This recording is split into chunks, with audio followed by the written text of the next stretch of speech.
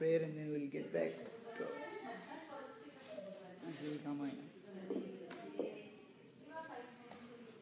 Kujantam Rama Rameti Madhuram Madhuraksharam Arusya Kavita Shakham Vande Valmiki Kokilam Valmikir Munisimhasya Kavita Vanacharinaha Shunvan Ramakathanadam Kaunayati Parangatim Yat Pibam Satatam Ramacharitamrita Sagaram Adruptastam Munim Vande Pracheta Samakalmasham Goshpadi Kritavarasam Masaki Kritarakshasam Ramayana Mahamala Ratnam Vande Anilatmajam Anjana Nandanam Veeram Janaki Sokanashanam Kapi Samaksha Hantaram Vande Lanka Bhayankaram Amishi Kritamartandam Goshpadi Kritasagaram Tinikrita Dasagrivam Anjaneyam Namamyaham Ullanghya Sindho Salilas Salilam Yasokavahnim Janakatmajayaha Adaya Teneva Dadaha Lankam Namamitam Pranjali Ranjaneyam Anjaneyam Atipatalananam Kanchanadri Kamaniya Vigraham Parijata Tarumulavasinam Bhavayami Paumananandanam Yatra Yatra Raghunatha Kirtanam Tatra Tatra Kritamastakanjalim Bhashpavari Paripurnalochanam Marutim Namata Rakshasantakam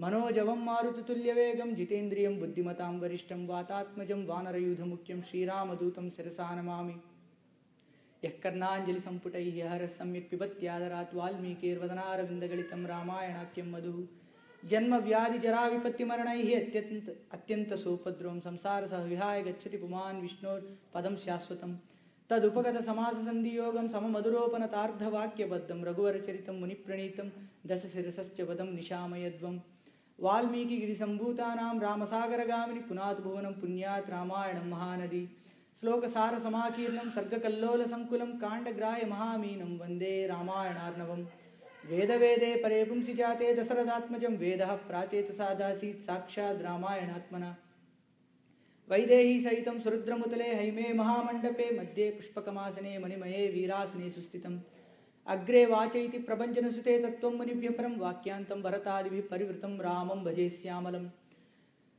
Vame Bhumisuta Purascha Hanuman Paschat Sumitra Sutah Satrugno Bharatascha Parshvadalayoho Vaivyadikoneshucha Sugrivascha Vibhishanascha Yuvarat Tara Suto Jambavan Madhye Nila Saroja Komalaruchim Ramam Bhajesyamalam Mata Ramo Matpita Ramo Brata Ramo Matsaka Ragaveshah Sarvasvam me Ramachandro Dayaluhu Nanyadevam Naivajano Najane Megasyamam Mahabahum Stirasatvam Dridavratam Kadadrakshamahe Ramam Jagatah Sokanashanam Jayatятibalo Ramo Lakshmanascha Mahabalaha Raja Jayat Sugriva Raghavena Abhipalitah Dasoham Kosalendrasya Ramasya Klishtakarmanaha Hanuman Shatru Sainyanam Nihantam Marutatmajahana Ravana Sahasram me Yuddhe Pratibalam Bhavet Shilavistu Prahartara Padapaischa Sahasrasaha Ardhaitvam Purim Lankam Avyadhyascha Maidilim Samridardo Gamishyami Mishatam Sarvarakshasam Dharmatma Satyasandascha Ramo Dasaradiryadi Paurushecha Apratidwandaha Sarayena Jahi Ravani Namavam Vishnupadaya Krishna Preshtaya Bhutale Srimate Bhaktivedanta Swami Nitinamane Namaste Saraswate Deva Gauravani Pracharine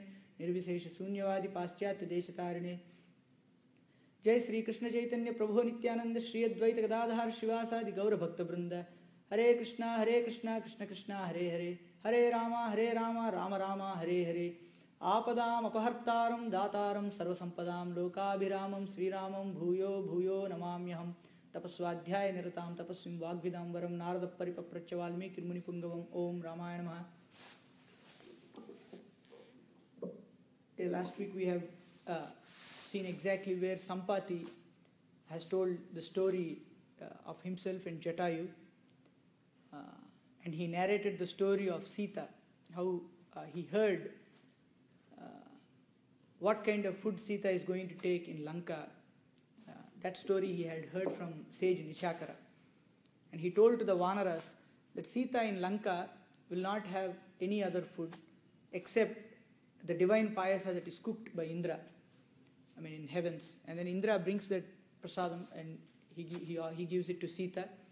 And Sita will take a morsel out of that payasa and Sita offers it to Rama and Lakshmana first. Wherever my husband Ramachandra and my brother-in-law, my son Lakshmana is alive, whether it is in this world or it is in other worlds, this morsel of payasa will belong to them. Like that she takes a morsel out and keeps it for them. She offers it to the Lord and then the remaining portion she takes it. And as and when Sampati narrated this story to the Vanaras, Sampati got back his wings and then he flew away. people ask some question, why did not Sampati help the Vanaras, fight the Rakshasas? Why did he just go away instead of staying with them and helping, doing some service for the Lord? That you have to ask Sampati. So I don't know. So and then, when Sampati flew away, all the Vanaras got together. Now they knew where Sita was. Sampati told them that Sita is beyond that 100 yojana ocean in that Lanka, in an island called Lanka. And Sampati could see her directly from where he was sitting. And he says, as birds, we have a distant vision. We can see things, objects that are far away. Hence, and crows and sparrows, they look at the first level. The second level belongs to hawks. The third level belongs to cranes and so forth. And then the last level, which is the sixth level, belongs to the flight of the children of Vainateyas, who are Garuda and Sampati and Jatayu and so forth. For the eagles, they fly on the topmost strata on this planet Earth. Garuda can fly even beyond planets and in the universe. So, when he told that Sita is there in Lanka, now the Vanaras knew the place where Sita is located, so they had to go to a place from where they can jump to the other shore of the ocean. So they decided, okay, let's go to the banks of the southern ocean, to the shores of the southern ocean. Then at a muhurta called Abhijit Lagna. Abhijit Lagna is when the sun is at the topmost point, right after 12 o'clock. That is called Abhijit Lagna. And at that point, if you take up any endeavor, it will be a success. So if you want to do something, then do it at Abhijit Lagna. For those of you who don't trust astrology, trust me, I never trusted astrology too, but once I read Ramayana, now I believe in astrology because it is so perfect. It's a science too. It's not cosmology. There's a saying that never chase a girl, a bus, and a theory of cosmology, because you never know, right? There's another one right around the corner, because another theory comes up, another bus comes up, like that. So it's not cosmology. Astrology is science. It talks about the positions of the planets, and they have calculated very precisely. So at a muhurta called Abhijit Lagna, they traveled, all the Vanaras got together, and then they went south in the southern direction, and then they came to a parvata called Mount Mahendragiri. So Mount Mahendra was there, and then they were standing on the foothills of Mount Mahendra. And then Angada got up and discussed. They looked at the ocean. All these Vanaras, they are in the middle of the country, and I'm sure they might have seen ocean earlier, but not all of them. Like people from Nepal, they have never seen water around, right? Except Ganga, rivers, they have never seen water around. But when they were brought to the ocean shore, especially when I had a friend from Nepal, he came, and when he looked at, he was studying in Chennai, Jaya Engineering College or something, and then he came and looked at the ocean, and he thought, wow, this is so vast. I have never seen such a water body in my life. He was surprised. He was thrilled. He was like that. All these Vanaras also, when they saw this boundless ocean, which seemed as if it has no ending. It continued. It was meeting with the horizons. They could see nothing beyond that ocean. They thought, who can jump this 100 yojana distance of ocean? 100 yojana means, yojana is not a standard measurement. It depends on the king of that region. It's measured in terms of multiples of the thumb size of that king. So here, right now, Sri Lanka is 30 miles away from India, approximately. So I might think, who will jump this 100 yojana of distance? The Vanaras were, surprised when they're discussing among themselves. Then Angada got up. Angada is the leader of the southern party. If you remember, the tested and tried Vanaras are sent to the southern direction because there was hope that Sita could be found in southern direction. So Angada was a troop leader. He got up, is a crowned prince under whom everything is taken care of. There's a sloka in Sundarakanda. Sugriva says that Jambavanyatra netasyat Angadasya Baleshwaraha Hanuman yatra adhishtata tasya nagathiranyada. That means wherever Jambavan is the administrator or the wise person leading the party, and Angada Baleshwaraha, he is the troop leader. Angada is the leader of the forces. And yatra Hanuman adhishtata, wherever Hanuman is the administrator, tasya nagathiranyada. That means there no task will be a failure. Nagathiranyada. There is no other way for it other than success. There is no other place for anything else.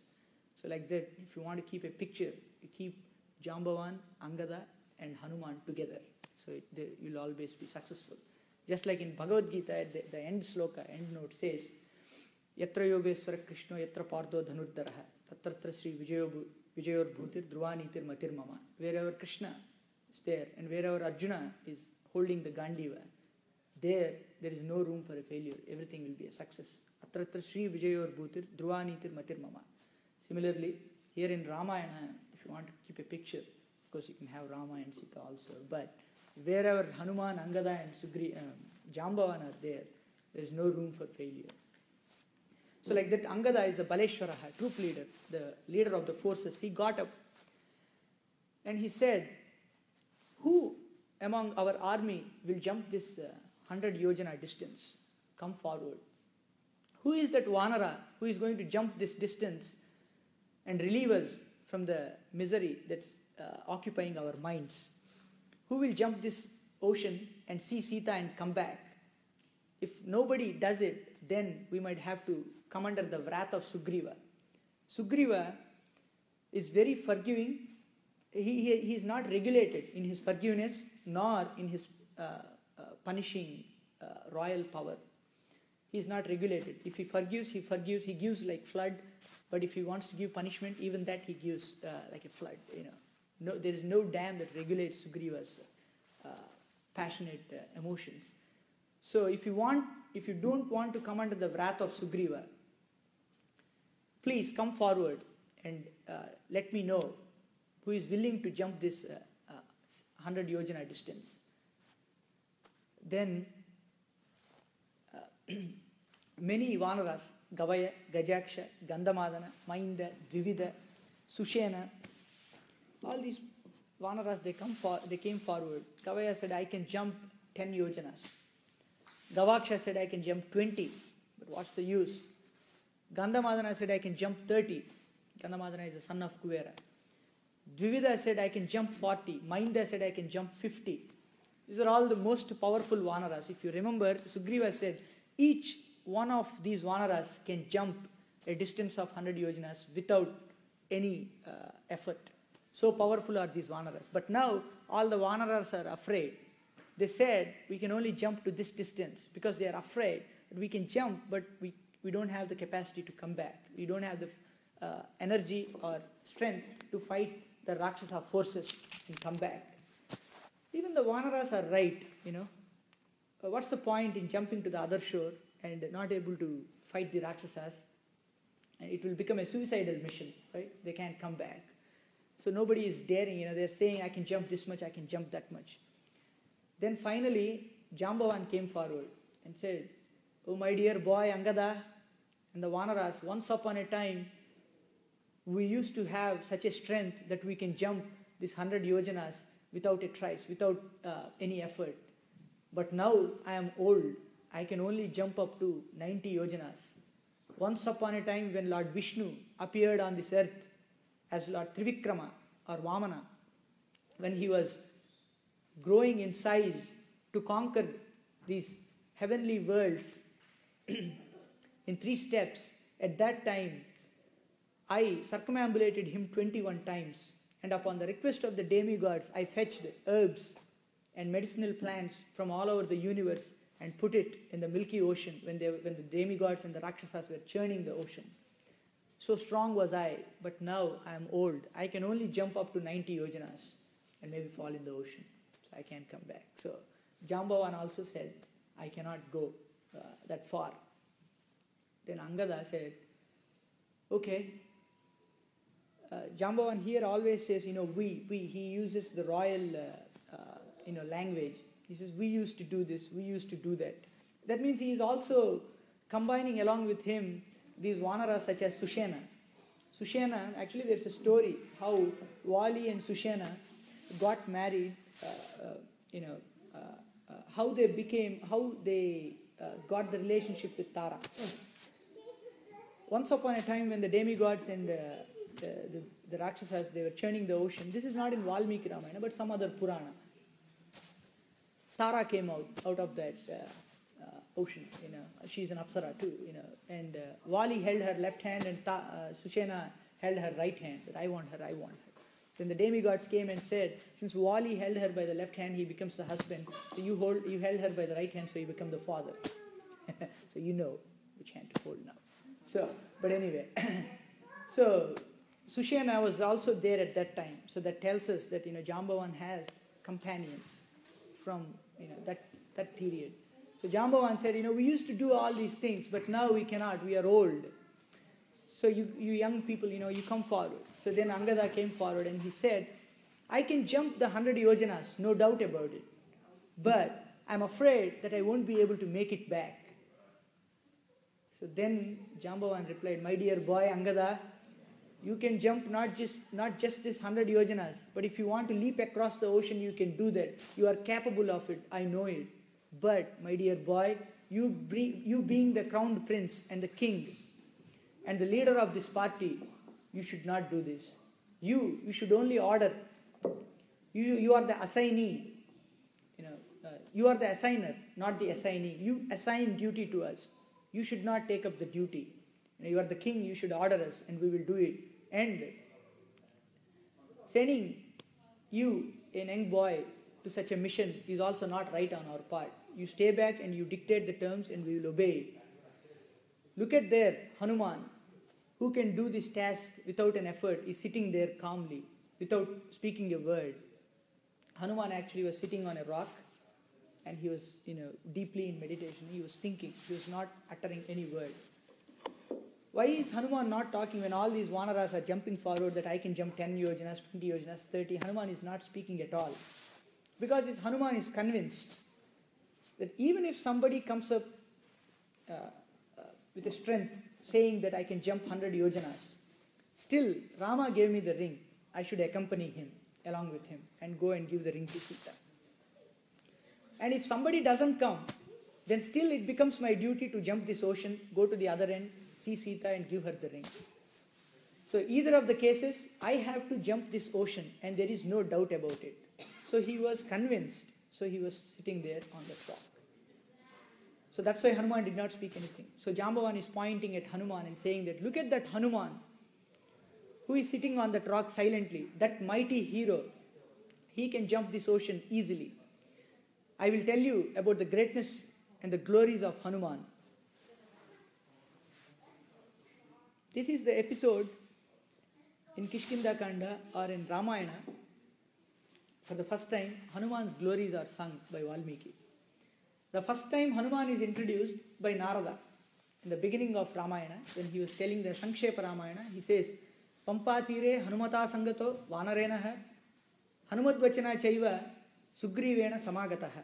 Upon listening to Hanuman, Rama approached Sugriva. That's what this sloka says. Like that, Hanuman was introduced in Sankshepa Ramayana. Hanuman name came twice within the very same sloka when Narada told it. That itself tells us Hanuman is very important. Just like when anything repeats twice, it's very important. I'm not saying from my capricious mind, but Prabhupada says that in Bhagavad Gita. I was reading one sloka. Patram pushpam phalam toyam yome bhaktya prayachati tadaham bhaktyupahrutam asnami prayatatmanaha. Means, you offer either a fruit, a leaf, or water to me with devotion, I will take it. Krishna says, Krishna promises. So in this sloka, I've read it several times, but I thought once, okay, let me read what Prabhupada says. I haven't read his purport. When I read it, he says, Patram pushpam phalam toyam yome bhaktya prayachati tadupaham bhaktyupahrutam. Bhakti repeated twice here in this sloka. I've read it hundreds of times, that same sloka, but never recognized that bhakti was repeated twice in that. So that's why we need a guru. Prabhupada is the acharya. So he points out, bhakti repeated twice here. It is very important. This sloka is very important because bhakti has been repeated twice. So Hanuman is repeated twice in that sloka when Narada said it. That's the first time when Hanuman was introduced. And then later, when Dasarada was performing the yajna, on the other hand, when Etasmin Antare Vishnuhu, Shankachakra Gadadaraha, Pitavasa Jagatpatihi, when Vishnu arrived, then all the demigods also approached Vishnu. And Vishnu said to them that you also procreate your progeny on this planet in the form of Vanaras. So then, when all the Vanaras were taking birth, Valmiki explains, one by one. Okay, Gandhamadana was born, Rishabha was born, Divida, Mainda are born, Ashwini twin gods were born as Divida and Mainda. So then he comes to Hanuman. He says, Marutasya aurasaha Sriman Hanuman nama vanaraha Vajrasamananopeto Vainatasya jave Sarvavanara mukyeshu buddhivan balavanapi. Marutasya aurasaha, direct descendant of Maruti, the wind god, is the direct descendant of wind god Maruti. Sriman Hanuman nama vanaraha, his name is Hanuman. Vajrasamananopeto, he has got a body that is like diamond, as hard as a diamond. Vainatasya jave, he can speed like Garuda bird. His speed equals the might of Garuda. Sarvavanara mukyeshu, the most prominent among all the Vanaras. Buddhivan balavanapi, he is Buddhiman, very intelligent, balavanapi, very strong. That's how Hanuman was introduced. And then later on, when Rama came, they both interacted. But now, Hanuman's glories are sung here. So Jambavan says, listen to me, listen, O Vanaras, the glories of this great Hanuman. Once upon a time, there used to be an Apsara maiden who was born as a Vanari because of a curse. Her name is Anjana. She was very beautiful. And she was traversing on the mountains. And thereupon, seeing her beauty, the wind god embraced her in an ethereal union. Then she proclaimed, who is that fellow who is trying to rob me of my virgin purity? But then the wind god appeared and said, my dear Anjana, this is an ethereal union. Thereby you have not lost your virgin purity, nor chastity. But because of this ethereal union, there will be a son who will, you will beget a son who is as powerful as me. And then, sure enough, Anjana got a son named Anjaneya. At that time, his name was Anjaneya. He is not yet named. He was born in a cave. And then she went to fetch some fruits.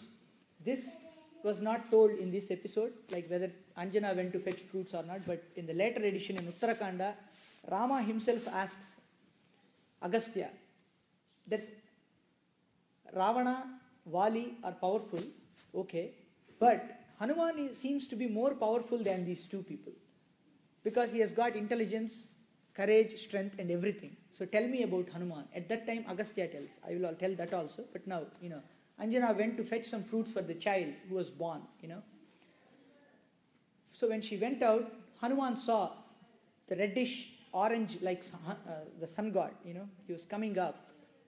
So Hanuman thought sun was a fruit, and then he leapt to catch hold of sun. Then the sun god, because Hanuman was so beautiful, he was a child, he was so cute. Actually, Hanuman was very handsome. Even though he was a Vanara, he was a very handsome Vanara. That's why Sundarakanda is also called Sundarakanda, because Hanuman is a Sundara. So, he was very beautiful. And imagine, if he is a child, how beautiful he could be. So he was even more beautiful when he was a child. So when he was coming, even sun god reduced his intensity so that it wouldn't hurt the baby boy, Hanuman. So Hanuman was coming towards the sun god. And then Rahu approached at that time to swallow the sun god. Because for Rahu, the sun and the moon are the food that was given by Indra. The shadowy planet Rahu, when he saw Hanuman, oh, who is this? Who is competing with me to swallow the sun? And he was afraid. Then when Hanuman saw Rahu, he chased Rahu to catch hold of Rahu. Then Rahu went to Indra and he said, my dear Lord, you have given the sun and the moon as my food, but now there is a competitor for me. And he is a boy, a small boy. What should I do now? Then Indra came to the scene. And then he saw he came with his Vajrayuda, with his thunderbolt weapon, on Airavata, his elephant. So when Hanuman saw the elephant Airavata, he left Rahu aside and sun god aside and left for the Airavata. And then Airavata started to run away. Then Indra came and then he hit Hanuman with his thunderbolt weapon, on his chin, on his cheekbone. Then Hanuman fell down from that point, and then he fell down on a rock and he broke his left cheekbone. And then he fell there unconscious. They thought Hanuman was dead. And Vayudeva, upon seeing his dear child being unconscious or, passing out, he withdrew all the air from all the worlds. Then nobody were able to breathe. All the living beings, they became like sticks. Once when you die, when the air in you leaves your body, you become brittle and stiff.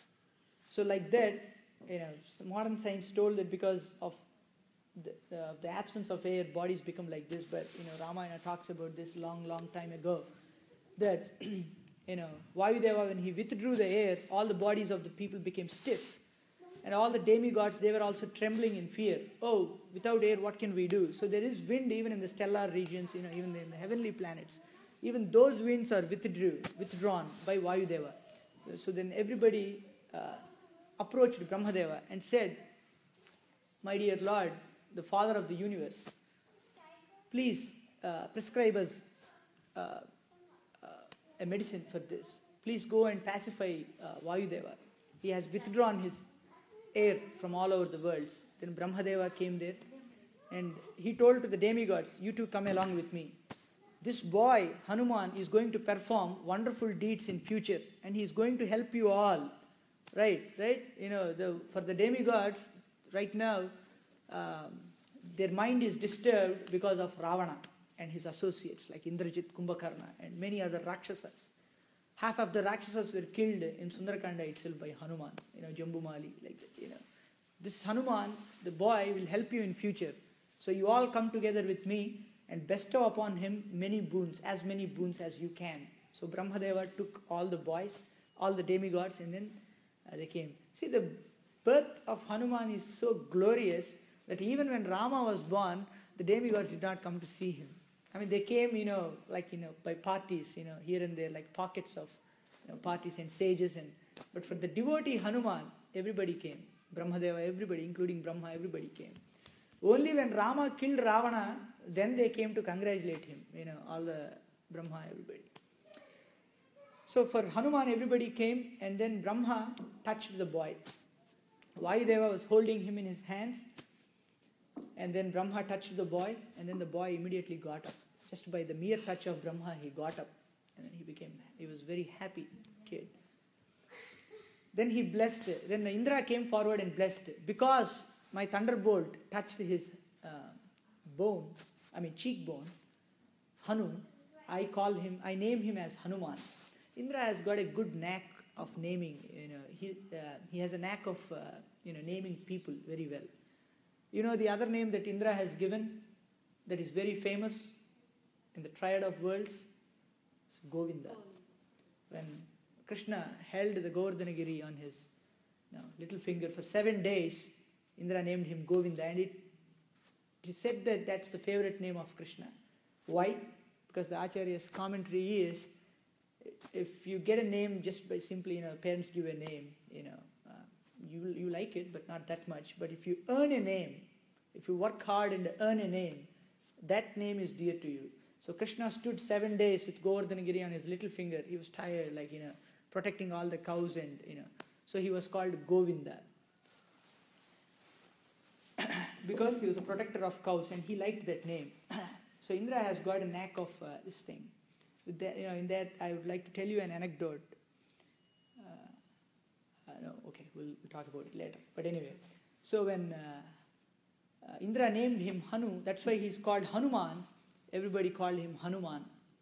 Often Valmiki mentions him as honey also. It means nectar. The word honey is not English, it's from Sanskrit. So Indra blessed him. He will be called as Hanuman. At the same time, I bestow immunity upon him from even my divine weapon, of thunderbolt weapon, from Vajrayudha. Even this Vajrayudha can do him no harm. And then Brahma said, "Yes, I bestow upon him boons that he will not be touched even by Brahmastra, the supreme weapon. In the world of, in the fraternity of the bowmen, it is considered that Brahmastra is the most, topmost astra. So even that weapon will not harm him. Similarly, Shiva came, Lord Shiva. He said, okay, even from Pashupatastra, I bestow immunity to Hanuman. So Pashupatastra cannot do anything, Vajrayudha cannot do anything, Brahmastra cannot do anything to Hanuman. So there is no weapon in this universe that can harm Hanuman. So they all blessed. All the other demigods, they blessed. Kuvera said, okay, my club will not harm him. So, Kuvera gave that. So everybody gave boons to Hanuman. So Hanuman was bestowed with all these boons. And they also blessed him that he will be a Chiranjeevi. He will live for a long, long, long time with good health and energy. And some people blessed him with intelligence. And some others blessed him, Brihaspati blessed him with, the eloquence of speech. Like that, everybody gave whatever good qualities they had, they blessed Hanuman with that good quality. That's why Hanuman, it is said that Hanuman will become the Bhavishyat Brahma. It is written in Ramayana, in Uttarakanda, that Hanuman will be the Brahma in the future, and he will author the next coming Mahabharata. Vyasa authored the Mahabharata that happened this time, and Hanuman will author the Mahabharata that will happen in the next Kalpa. Or, not next Kalpa, the Adya Brahma, the present day Brahma is 51 years old, right? He still got 49 years to live. 49 years is a very, very, very long time, especially the age of Brahma. For those of you who don't know, you come meet me later. I'll talk about the age of Brahma. Most of the ones attending these Ramayana sessions, they know it already. So Hanuman will be the Bhavishyat Brahma. So they blessed Hanuman with all these auspicious qualities. So when Hanuman was blessed with all these things, this is where Jambavan stops. He says Hanuman has got everything. He can jump across oceans. He can leap up to the sun. This is nothing for him. Then Hanuman, recognizes his strength and he starts growing up. But at this point, since we don't discuss Uttarakhand, I will mention the stories that are continued further from Uttarakhand. If you remember one of the devotees in our sessions earlier, he asked, why did not Hanuman help Sugriva to kill Vali? Right? Very valid question. I said, I don't know. You go to Hanuman and ask. But then I was reading Uttarakhand yesterday, and then the same question was asked by Rama to Agastya. He asked, how come that Hanuman, being so powerful, that Vali was not defeated and killed by him? And he could have helped Sugriva easily. Why did he not do that? Then Agastya told all these stories, and then he continued that Hanuman was blessed with all these boons. And after having all these boons, Hanuman became a little mischievous. When you know you are strong, you are the most intelligent, you are the most courageous, you become a little adamant and proud. And Hanuman became mischievous. And he started teasing all the sages. He went and he tore all their kaupinas and all their vastras. He took their srukku and the utensils that they used to do the yajnas, the wooden ladles and all that. He broke them with this thing and he threw them where he scattered them, and he made the animals in the hermitage to run helter and skelter. Monkeys are mischievous in nature, and Hanuman, he was the embodiment of mischief, at that time. So when all these sages, they knew that Hanuman was a good child, and they knew the strength of Hanuman, but still he was forcing them to curse him.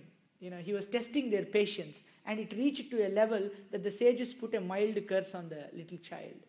They put a mild curse, saying that, you boy, you know that you are very powerful, that's why you are doing all this mischief. So we curse you that you will not remember your powers until somebody awakens it. So they put a mild conditional curse on Hanuman. So then Hanuman forgot everything. Then he thought, I don't know anything. So since then he kept quiet.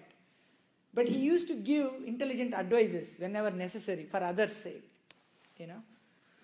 But never ever he used it for himself. He never recognized him as strong. So but now when Jambavan told him that he is strong and he wanted to serve Rama, and now he is empowered by Jambavan. His memory has been revived by Jambavan. Now when he remembered that I have the strength to serve Rama, as and when he knew that, he started to grow in size. Like, he started breathing heavily, and then he started to grow inch by inch. He swelled like an ocean. And then he saw all the Vanaras. Then he grew in size and said, I will cross this ocean in a second. This is nothing to me. I will jump in the northern direction and I can land from the southern direction. I mean, earth is a sphere. Ramayana tells it time and again that he goes in the northern direction and comes from the south. Hanuman says that, should I circumambulate that Meru Parvata thousands and thousands of times unremittingly? Do you want me to do that? Like that he's asking the Vanaras. He's trying to, embolden the Vanaras. I can put my hand into this ocean and swirl it and take out all the waters from it. I'm so strong. Should I do it? He's questioning all the Vanaras. He says, with the force of my thighs, I can I can create a pathway in this ocean. Should I do that?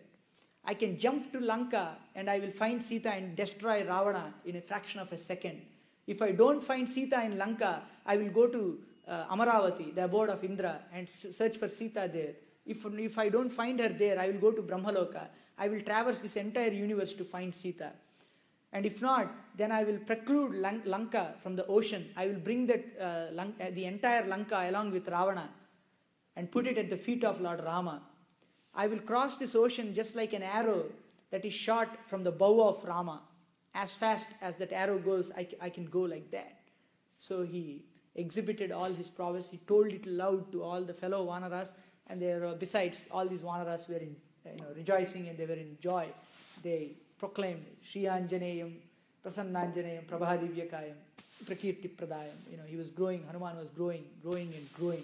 And he became so big that all the Siddhacharanas, Vidyadharas, and the demigods and the celestial Apsaras who were there on that mountain, they started to flee away. And he started to cut down the trees with his chest. That means one can imagine that the trees were so tall and Hanuman's chest was just above the topmost point of those trees. And he felled those trees and he started destroying those trees with his ura, with his chest. And then he cried out loud, this earth cannot bear my force when I jump. So I will go to that Mount Mahendra and that will become my launch pad and I will jump from there. So these technologies of launch pad and all that were already described by Hanuman.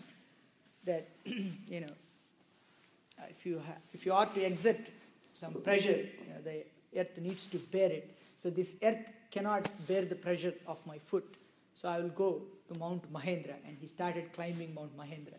And actually, if you look at Mount Mahendragiri from a certain angle, you'll see that, it is, it's carved as if, somebody put a foot on that mountain. It looks like that. It's in Tamil Nadu, right? I was checking it from Google Earth and then, I saw it from a certain angle, it appears like that. Maybe I'll take a screenshot and send it to you. So, Hanuman went on top of that Mount Mahendragiri. So then when he started to jump, when he exerted pressure, first he lifted his eyebrows and then he started to streamline himself, his hair, and then it stood up and then it went back, and then he took up the tail. As the Vanaras were praising him, praising the strength of Hanuman, they were all holding flags and their spears and all that stuff. They started waving the flags and started jumping, and Hanuman lifted his tail and then lashed it once onto the ground. And then he made a roaring noise. And then his face was like whitish sun. And his mouth was red in color, like a burning pan. It was reddish in color. That's the same analogy that Valmiki gives. I'm not making this up. So his face was white in color. Like, he was golden in color. Hanuman was golden in color. He was so fair. So like a golden sun, he was like that. And his mouth was reddish as a burning pan. And then he's got white teeth. So one may think in those days they never used toothpaste or there was no dentist. How the teeth used to be? Like we see in these English movies when they show pictures from medieval period. They show all the teeth of the people being in a grayish, greenish, and with all the stained teeth, But Valmiki Ramayana says that even in those days, white teeth are a good standard, So they talk about the teeth of Sita also. It's like, like pomegranate seeds, whitish color and, very, very, very small teeth. So like that Hanuman's teeth, were like the teeth of a lion, but they were white. So Hanuman was, gasping, opening his mouth wide, and then he was streamlining himself. He put forth his tail back. He curled the tail upwards, and it looked as if the dwaja, like a flagstaff that is raised in honor of Indra. His tail was like that. And then he streamlined himself. He got prepared, and then he leapt. When he was leaping, because of the pressure of his foot, all the snakes inside the caves and between the rocks, they got crushed. They were trying to come out, and then midway, they got crushed, and then they started to cry out loudly. And because they have to, when you are in pain, you bite something, right? The snakes also started to bite the stones, and in their poison, with their poison, the stones that are crushed by the pressure of Hanuman's feet, they started to glow, and the whole mountain was like, with burning splinters around it. It started to glow, and all the trees started to fall down, and the flowers from that mountain started to fall down. All the trees started to shower flowers, and all the bhutas, like all the spirits and all the bhutas, they started to run away in fear. So, and then Hanuman leapt, taking away with him many trees that followed him because of the force he was going. All the trees followed his force, and then they traveled along with him to a certain distance, like relatives travel. When they send off, the relatives go along with you, right? Like that, all these trees also traveled along with Hanuman. After going a certain distance, like friends who drop off, the trees also dropped off into the ocean. This is the same analogy Valmiki gives. This commentary also, asking the question, like, when Surpanakha came, when Akampana came, these Rakshasas crossed the ocean just like that. They went to Ravana, they told everything, right? But why then this leaping of Hanuman has so much importance? When they traveled, they are Rakshasas. They took supernatural powers. They did not depend on their own capacity. But here Hanuman is making a humanly effort. So that's why Hanuman's effort is more graceful and more powerful. And he's going for a good cause to find Sita. And it is in the service of Lord Ram. So Hanuman jumped, and then all the Vanaras were rejoicing and they were happy, they were shouting, and then they saw Hanuman flying across the ocean. And then Hanuman was 10 yojanas in width, 10 yojanas in width, and 100 yojanas in height. Like, he was so big. And then his shadow was also cast on the ocean.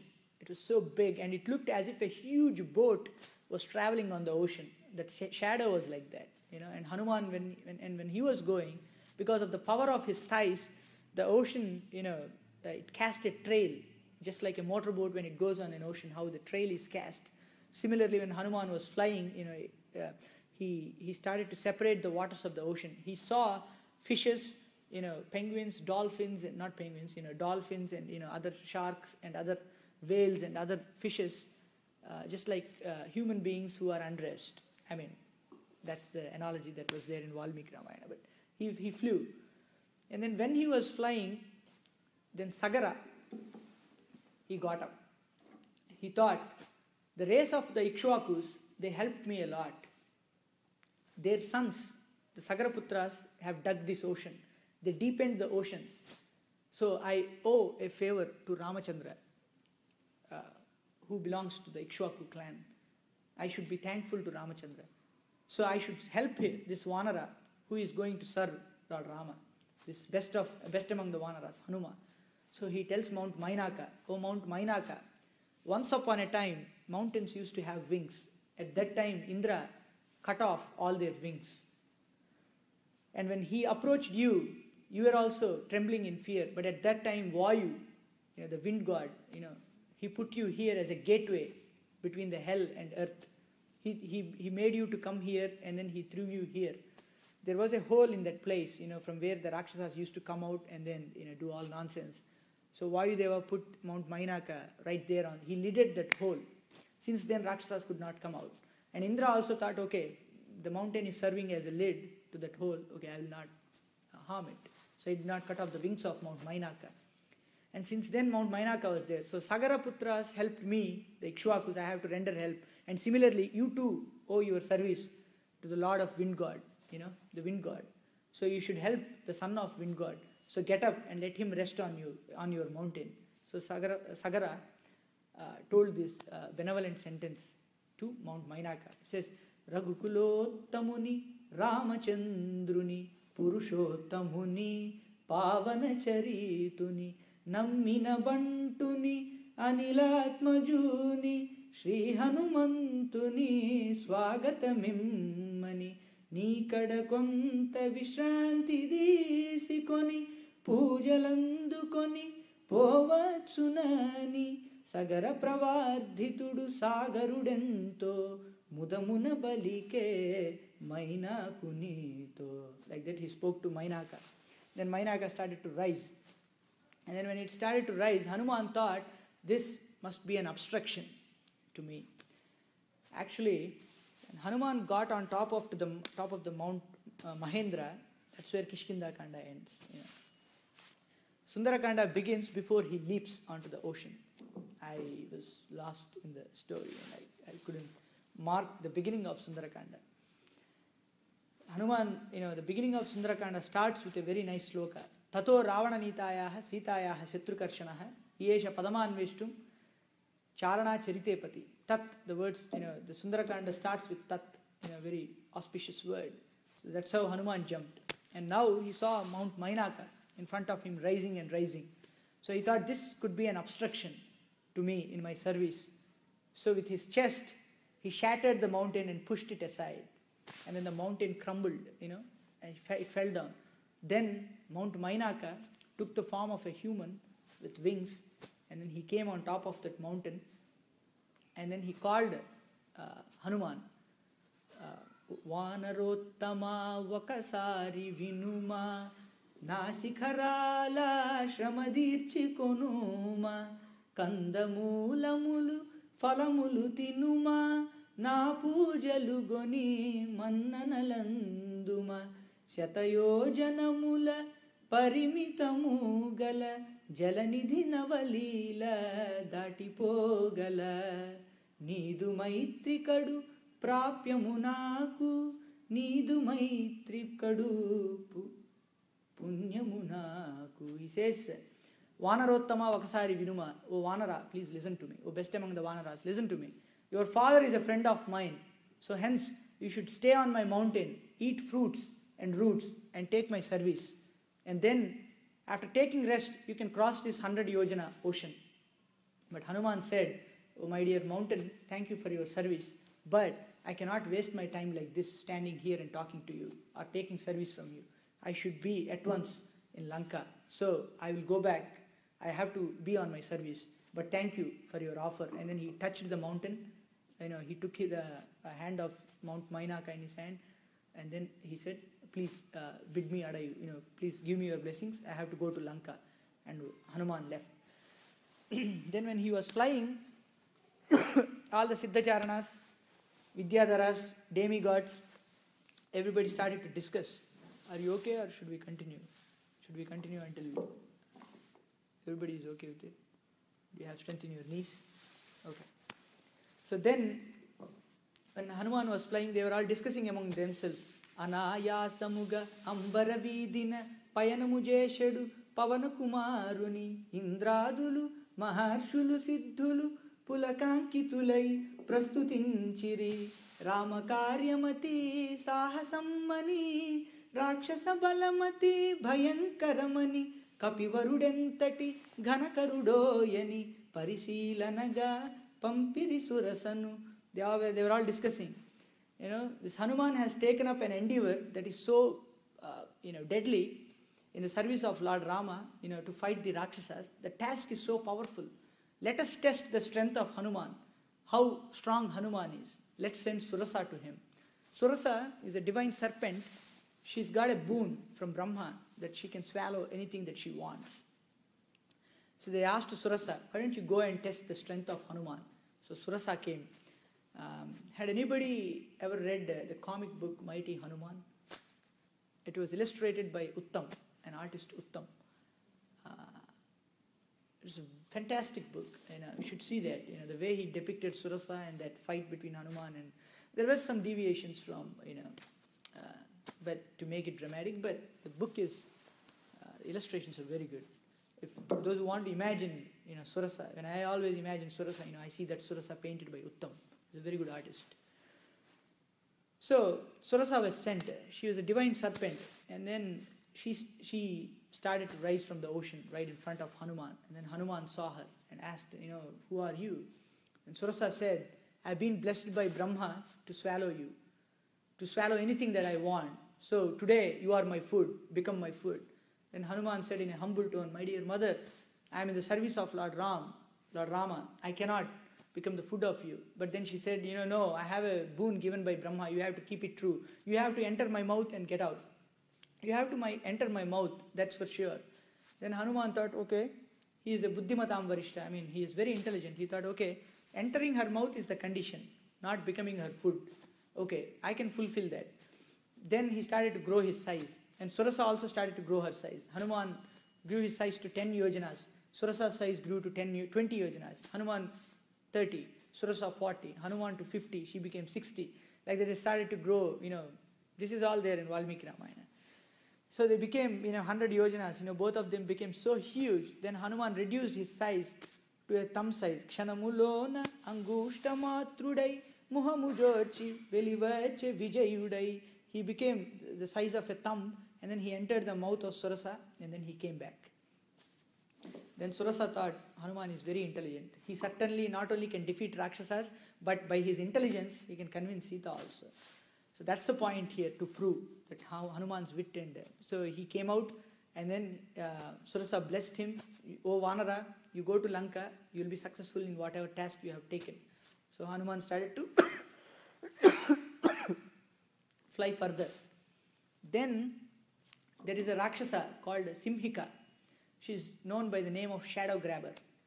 She grabs her prey by the shadow.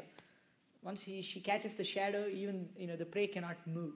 That's her strength, and then it will pull inside the ocean, and then it will eat whatever it wants. So Hanuman's shadow was captured by Simhika, and his speed was hindered. Hanuman thought, what is it that is obstructing my speed? And then he looked down, and then he saw the cavernous mouth of that Rakshasa, Rakshasi, Simhika. It was like as huge as a cave, her mountain. Then she came up, and then she started to chase Hanuman. In that ocean, she started to run and chase Hanuman. Then Hanuman grew his size. Simhika also grew her size. She opened her deadly mouth. Then Hanuman became like a diamond, and then he entered into her body, cutting all her veins and limbs inside, nerves and heart and everything. And then he tore apart, her heart, and then he came out, and then the Rakshasi fell dead. This is the same Rakshasi Simhika that Sugriva has warned Hanuman. He remembers, Sugriva told me about this Rakshasa. So it became a fateful day for that Rakshasi. So Hanuman, this is, on his way, he met two good people, and then a bad Rakshasa also. So he killed her, and then he started going forward. And then finally he landed on the other shore.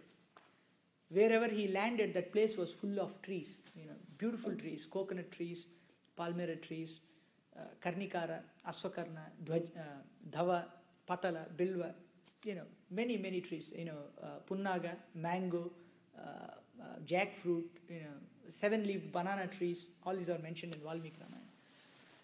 So Hanuman saw all these trees, beautiful gardens. As and when he landed, even there was a shower of flowers also. And then he was as if he was made up with flowers.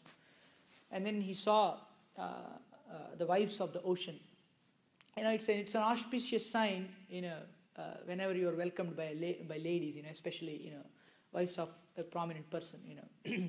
Here he's talking about the rivulets, that join into the ocean.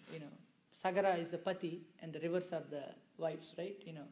So like that, all those rivers that are joining into the ocean at that point, welcomed Hanuman. It's like Mangalarati, when you are just coming into the house. So Hanuman was, besides decorated with all these flowers and then welcomed by these rivulets, and he stood there and he started thinking. He saw Lanka on Trikuta Parvata. Lanka was built on a hill called Trikutachala. Vishwakarma built it. So he saw all these huge mansions of the Trikuta Parvata in that twilight, and then he started to think. He started to gaze the beauty of Lanka. Trikutachala Sikharamupaina Vishwakarma Vinirmitamaina Swargapuramuto Samanamaina Lankapuramunu Maruti Ganchenu. He saw that Lanka, which was equivalent to the Amaravati, the city of Lord Indra. So when he saw this Lanka, he thought it was built with, it was surrounded by a golden wall. It was so huge, fort wall. It was built of gold, gilded with gold. And he saw moats around that fort wall. And he also saw some weaponry, some machinery, Shatagnis and Shatadrus. Shatagni is like a spear.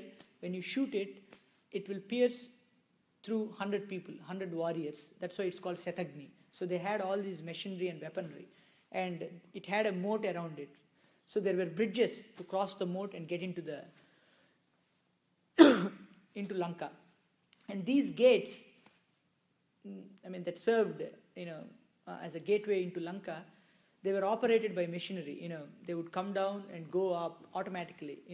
If they see somebody belonging to their country, they come down. If they know that he's an enemy, they will just lift up automatically. They have this, fingerprint or automatic recognition system, in those days. So, so Hanuman saw all this, and he thought, imam durgam, imam vishamam durgam, lankam ravana palitam, prapyapi mahabaho, kim karishyasi Raghava. He thought, even after coming to this Lanka, what is Raghava going to do? This is so powerful. And all these, Vanaras, Gandhamadana, Dvivida, Mainda, Kumuda, Kusaparva, Vali, Sugriva. Yeah, they can, but, it will be really hard to conquer this Lanka. And he says, Chaturnamevehi Vanaranam Mahatmanam, Chaturnamevehi Gatir Vanaranam Mahatmanam, Valiputrasya, Neelasya, Mamarajnasya Dhimataha. Only 4 Vanaras can come to this Lanka. Valiputrasya, the son of Vali, Neelasya, Neela, the son of fire god, Mamarajnasya Dhimataha, myself and my king Sugriva. Only 4 Vanaras can come here and maybe fight with this Rakshasas. It is so difficult. This is huge. Then Hanuman started to contemplate on this, how to defeat this Lanka. But then he thought, why should I think about all these things even in the beginning itself? Let me go find Sita first and let me think about it later. Because even a wise man, when he starts to evaluate between, the profits and gains, he will lose his consciousness and he cannot accomplish the task. Just like those messengers who are respected even by Panditas, or at least the messengers who are considered as Panditas, when they start to evaluate between profit and gain, they spoil the mission, right? If you are sent to some place to convey something, if they are driven by some motivation, some profit, they would collapse the whole thing. One has to speak unbiasedly.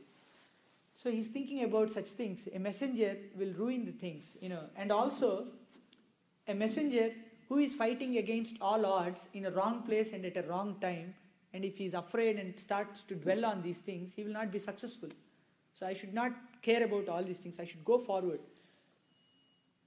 These 2 verses are like supplementing, the verses in Bhagavad Gita, like karmanya vadikaraste ma phaleshu katachana ma karma phala heturbuhu mate sangosta karmani. Like, I should not, should do your duty and results leave up to Krishna. That doesn't mean you should be detached too. We have a wrong understanding about detachment, because now the time came we can digress a little bit. And so anyway, okay, I won't digress. So coming back, so Hanuman saw that Lanka and he thought, who can win this Lanka? Nobody. It's very powerful, but I shall not think about those things. First, my duty is to find Sita. Let me go into Lanka. So he went. He thought, in what way can I approach this Lanka? Can I get into this Lanka and search for Sita? I cannot go in this form. The Rakshasas will fight with me. And single-handedly overcoming all these Rakshasas, it's going to be a tedious task. So I should devise a plan what I'm going to do.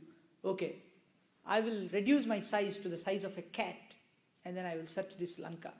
So he reduced his size to the size of a cat, and he became even more beautiful when he reduced his size to the size of a cat, like even more handsome. Then he went to the northern gate. Hanuman landed north of Lanka, right?